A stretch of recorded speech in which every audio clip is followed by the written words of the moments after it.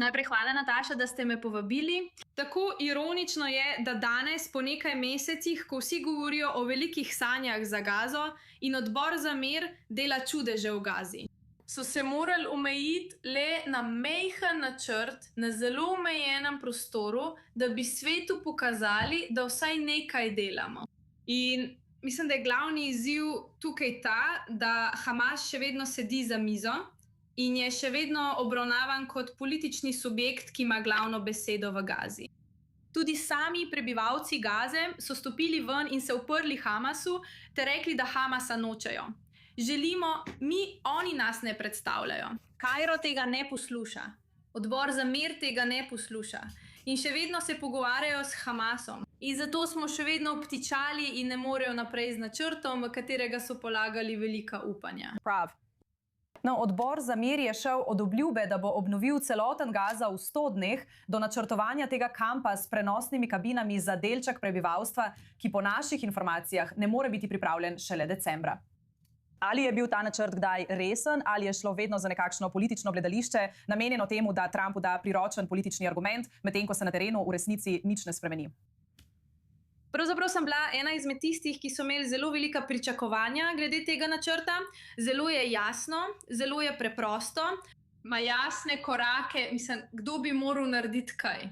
Ampak zataknilo se je že pri prvi točki, to je razorožitev Hamasa, kar do zdaj še nikomur ni uspelo. Pravzaprav tudi regionalni akteri, kot so Turčija, Katar, Egipt, za katere vemo, da so zelo na strani Hamasa in ne na strani Izraela, niso sposobni pritisniti na Hamas, da bi to storil.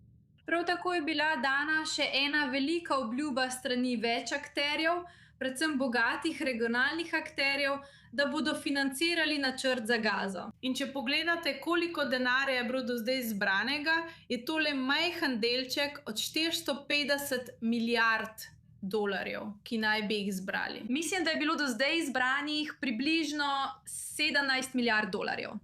17 milijard dolarjev. Ja, toliko je bilo do zdaj izbranih. Torej, govorimo o načrtu, ki ne more napredovati preprosto zato, ker tisti, ki so obljubili, da ga bodo uresničili, ne prispevajo tako, kot bi morali.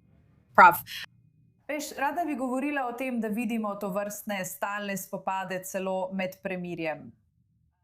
IDF še naprej napada tako imenovane cilje Hamasa, še vedno vidimo civilne žrtve med temi napadi. Med prebivalci Gaze je veliko strahu, kot razumemo, da bi lahko prišlo do nove obsežne ofenzive v Gazi, ko se bodo bližale volitve oktobra tukaj v Izraelu. Kakšno vlogo in odgovornost menite, da ima Izrael trenutno, vsaj kar zadeva poskuse obnove dela Gaze, za civiliste, ki jih je prizadela ta nenehna vojna? To je zelo težko vprašanje, vendar verjamem, da je Izrael zelo iskren glede svoje želje, da bi dosegel rešitev za prebivalce Gaze. Ker to posredno ali pravzaprav neposredno vodi do bolj varnih izraelskih meja in večje varnosti znotraj Izraela. In seveda Izrael glede tega iskren, vendar poglejte tudi, kaj lahko Izrael stori. V tej fazi, dokler je Hamas še vedno aktiven v Gazi, lahko Izrael naredi le to, da zaščiti svoje državljane, zaščiti svoje ljudi in poskrbi, da bodo Hamas, islamski džihad in vse te skupine ostale čim dlje stran. Hkrati je Izrael že zagotovil prostor za odbor za mir, da začnejo svoj pilotni načrt v varnostnem pasu. Poglejmo, kako se bo to razvijalo naprej. Prav tako Izrael neposredno sodeluje z mednarodno stabilizacijsko silo.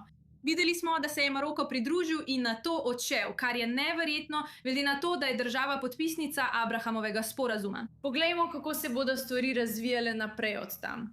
Izrael ima svojo vlogo, vendar ni ključni igralec. Kairo, Ankara in Doha so ključni igralci. Oni so tisti, ki bi morali ustaviti Hamas in zagotoviti, da Hamas izgubi politično in vojaško oblast v Gazi.